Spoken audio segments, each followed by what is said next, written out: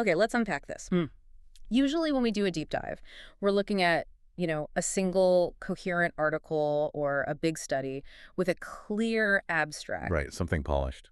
But today Yeah. is different. Today we're looking at a stack of papers that feels like something you'd find in the back office of a small business. Yeah, maybe stuck under a coffee mug. Yeah. It really does have that vibe. It's a very raw cross-section of the real world. We have 3 totally distinct documents here. Very distinct. On top, there's a very strict, almost aggressive informational content and legal disclaimer. Okay. Then right under that, a set of instructions for Lafayette Process Servers, which is all about the logistics of moving documents around. The nuts and bolts. And then, just to throw a curveball, the third piece is a script, a literal sponsorship intro for a podcast called Paper Trails. It sounds eclectic, I know, but if you look closely, this isn't just a random pile of paper. It's a map. A map of what? Of a business ecosystem, specifically a local service ecosystem.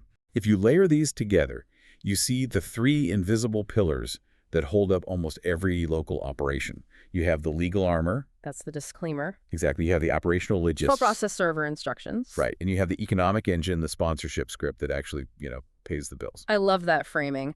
We're basically looking at the skeleton of a business. That's it. We usually only see the nice website, the logo, but this is the bones. Exactly. And the bones tell you a lot more about how the creature moves than the skin does. Huh. Especially when you look at the specific language they use. There is this huge tension here between we are here to help you and, well, please don't sue us. So let's jump right into that tension. Deep dive part 1, the legal shield. Let's do it. We are starting with the informational content and legal disclaimer. And I have to say, this thing comes out swinging. It really does. The very first sentence is, content on our websites is for informational purposes only. We are not attorneys or affiliated with any law firms or government agencies. That is the big stop sign. It's the first line of defense. But you have to ask yourself, why is it so aggressive? Why lead with a negative like that? It does feel defensive. It continues, we do not provide any legal advice, nor do we represent anyone before any government agency. And this is where it gets really interesting to me. They list specific agencies. They specifically name check the SEC and the IRS. And that detail is the key to the whole document. Why those 2? I mean, why not the FBI or the Department of Labor? It all comes down to the concept of the unauthorized practice of law, or UPL. Okay. In the United States, the line between giving information and practicing law is incredibly strict, and the penalties for crossing it are severe.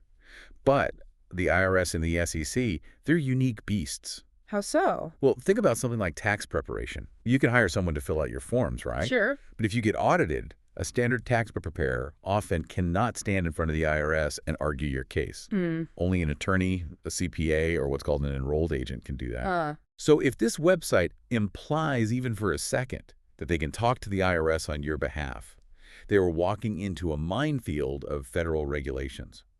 So by explicitly saying, we do not represent you before the IRS, they're trying to stop that assumption before it even starts. Precisely.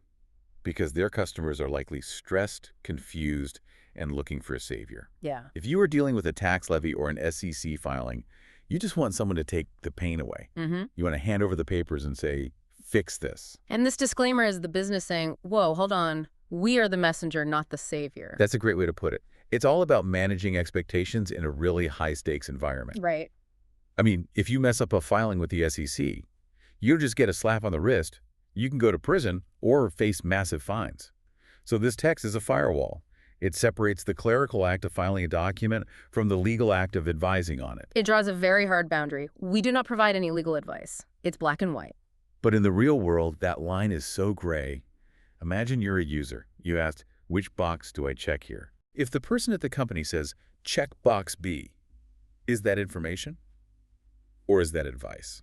That feels like advice to me. And it's often legally considered advice. That's why these disclaimers are so absolute. They have to sort of overcorrect to keep their staff safe. Okay. But notice, they don't just leave the user stranded.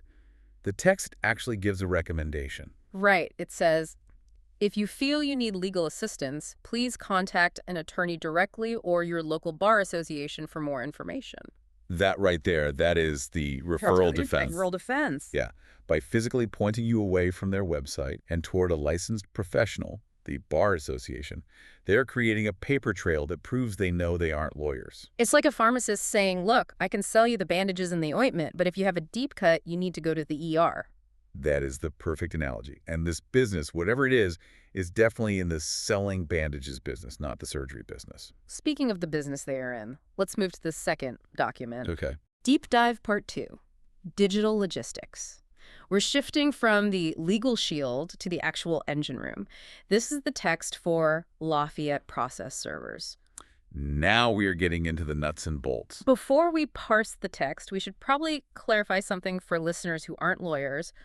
What exactly is a process server? Good idea. Because it sounds like a computer thing, but it's actually a human thing, right? Oh, very much so. Yeah. Process serving is a cornerstone of the American legal system. It goes all the way back to the Constitution and due process. Okay. Basically, you cannot sue someone or take legal action against them unless you can prove they were notified. Yeah. You have to serve them the papers. Like in the movies, you've been served. Exactly like that. But it's not just a movie trope. It's a strict legal requirement. If you don't serve the papers correctly, if you hand them to the wrong person or do it at the wrong time, the entire lawsuit can be thrown out of court. So the stakes are incredibly high. Extremely high. This isn't delivering a pizza. This is delivering a constitutional requirement. Which makes the text of this document so fascinating. We are looking at the instructions for how to initiate this high-stakes service. And the user journey described is, well, let's call it rustic. Rustic is a very polite word for it. It says, you can upload your documents at the link below and view pricing at our website. And I have to point out, view is spelled V-E-I-W. I saw that, yeah. And then it says, by going to upload your documents icon on the website, it will direct you to our upload platform. And that is platform, spelled P-L-A-T-E-F-O-R-M. Like a dinner plate. It's just jarring, isn't it? It is. We just talked about how high the stakes are. If I'm a lawyer and I see platform with an E, I'm thinking, can I trust these guys to handle a sensitive court summons? See, I actually take a different view on this. I think the typos tell us something very specific about the nature of this industry. You think it's a good sign? Not good, necessarily, but authentic. Okay. In the world of back-end logistics, trucking, warehousing, legal support services, the software is almost always what we call legacy code. It's ugly, it's functional. It was probably built 15 years ago by a developer who has long since moved on, or maybe even by the owner's nephew. So it's not some slick Silicon Valley app. Far from it. This is a utility tool. When I see platform with an E, I don't see incompetence. I see a system that is used by people who care about getting the job done, not about spell check. It feels like industrial software. Like heavy machinery, not a consumer toy. Exactly. That makes sense. It's a tool for insiders. If you know what you're doing, you ignore the typo and just upload the PDF. Right. And look at the workflow it describes. Step 1, go to the icon. Step 2, get directed to the platform. Step 3, upload and see pricing. It is a digital gateway for a very physical act. Right. The end result of this digital upload is a human being getting in a car in Lafayette, driving to a house and handing someone a stack of paper. There is a specific link provided in the text, too. Mm-hmm. ProcessServers.com conforms Lafayette Process Servers. That URL structure is interesting. It is. Yeah. It tells us that Lafayette Process Servers likely isn't building their own tech stack from scratch. They're a local node in a larger network. ProcessServers.com is probably a national directory or a SaaS provider, software as a service, that handles the back end for hundreds of local servers. So the Lafayette guys provide the legwork. They know the streets. They know the local sheriff. Right. But they lean on this big, possibly clunky national infrastructure for the file transfer. Exactly. It's the franchise model of the legal world. You have the local expertise plugged into a national grid, and that explains the disconnect. The local guys in Lafayette probably didn't write the code for the platform. They just use it. Okay, so we've got the legal shield protecting them. We've got the digital portal typos and all handling the work. Yeah. Now let's look at how they actually find customers to use that portal. Deep Dive Part 3, the media economy. This is where we see how the money moves. We are looking at a script for a sponsorship intro. The text introduces us to a character named Scott. Scott is the host of a show called Paper Trails, and the script starts with him saying, "Welcome back to Paper Trails. This episode is made possible by our local business sponsor, 337 Media." Paper Trails. You have to appreciate the name. It implies a show about documentation, maybe true crime, maybe history. It aligns perfectly with the process server demographic. And Scott breaks down the value proposition of the sponsor, 337 Media. He says they are for building beautiful websites to mastering local SEO. And that term, local SEO, is the heartbeat of modern service businesses. Break that down for us. We hear SEO all the time, but why local? Because of user intent. Think about it. When do you need a process server? You don't browse for one on a leisurely Sunday afternoon? Definitely not. You need one because you are in a legal crisis right now. Exactly. It is a distress purchase or a necessity purchase. You go to Google and you type Process Server Lafayette. If you don't show up in those top 3 results, the local pack, you don't exist. You starve. So 337 Media isn't just making websites. They are ensuring survival. Precisely. And look at the branding. 337 Media. Do you know what 337 is? I assumed it was just a random number, but I'm guessing it's not. It's the area code for Lafayette and the surrounding region of Louisiana. Oh. It's a flag. They are signaling, we aren't a generic agency in New York. We are here. We are local. The script backs that up. It calls them the engine behind successful Acadiana brands. Acadiana. Yeah. That is the specific cultural name for Cajun Louisiana. By using that word, they are appealing to regional pride. They're saying, we understand this market. I want to talk about Scott for a second. The script has him say, support the companies that support this show. Please find their link in the description and give them a visit. Why does a B2B company like a web design agency or a process server sponsor a podcast? It's about the Scott factor. In marketing, we call this a host read ad. It is one of the most valuable assets in advertising right now. Why is it better than just a recorded commercial? Because of the parasocial relationship. Oh. If you listen to paper trails every week, you feel like you know Scott. He's in your earbuds. He's in your head. You trust him. Right. When a banner ad says, buy this, your brain just filters it out. But when Scott says, hey, these guys support the show, they build great websites, you listen. So Scott is a bridge. He is transferring his credibility to 337 Media. Exactly. He's vetting them. He's saying, I'm one of you, and I trust these guys. In a local market like Acadiana, where everyone knows everyone, that personal endorsement is worth its weight in gold. You can't automate trust in a small town. You really can't. It's really interesting to compare the tone of this script with the first document we looked at. The contrast is stark, isn't it? Yeah. The disclaimer was cold, distancing, almost hostile. We are not attorneys. We do not represent you. But here in the sponsorship script, the language is warm, inviting. Beautiful websites, engine behind success. Give them a visit. That is the duality of business. You have to have 2 faces. You need the warm, smiling face of marketing to get people in the door. Yeah. That's Scott and 337 Media. Okay. But once they are in the door and using the tools, you need the cold, stern face of legal to protect you from liability. And that's the disclaimer. If you only had the warm face, you get sued into oblivion because people would misunderstand what you can actually do for them. And if you only had the cold face, nobody would ever hire you because you sound terrifying. You need the balance. So let's try to synthesize this entire stack. We've got the disclaimer, the upload instructions, and the ad read. How do these 3 things actually work together in the real world? Well, let's trace the path of a customer. Imagine a local lawyer in Lafayette. Oh? He's driving to work listening to paper trails.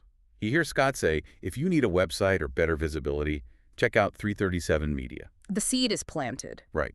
So maybe that lawyer recommends 337 Media to a client or uses them himself. Now, through that network, he lands on the Lafayette Process Servers website, which was probably optimized by 337 Media to show up at the top of Google. So the marketing engine did its job. It got him to the site. Correct. Now he's on the site. He had a court summons to deliver. He clicks the Upload Your Documents icon. Yep. He sees the type of view pricing, but he ignores it because he knows this is just a utility. He interacts with the platform. The operational machine is working. But before he clicks Submit, or maybe right at the bottom of the page, he sees that disclaimer. We are not attorneys. It reminds him that he's the lawyer. He is responsible for the legal strategy. They are just the legs. The legal shield is up. It's a closed loop. The promotion drives traffic to the operation, which is protected by the shield. And the whole thing is held together by local relationships. Scott, Acadiana, the 337 area code. It's fascinating. We usually just click, I agree, on disclaimers and skip the ads. But when you stop and actually read them, they tell a complete story of how a local economy functions. They really do. They tell the story of risk and logistics and reputation. You know, this conversation raises a question for me.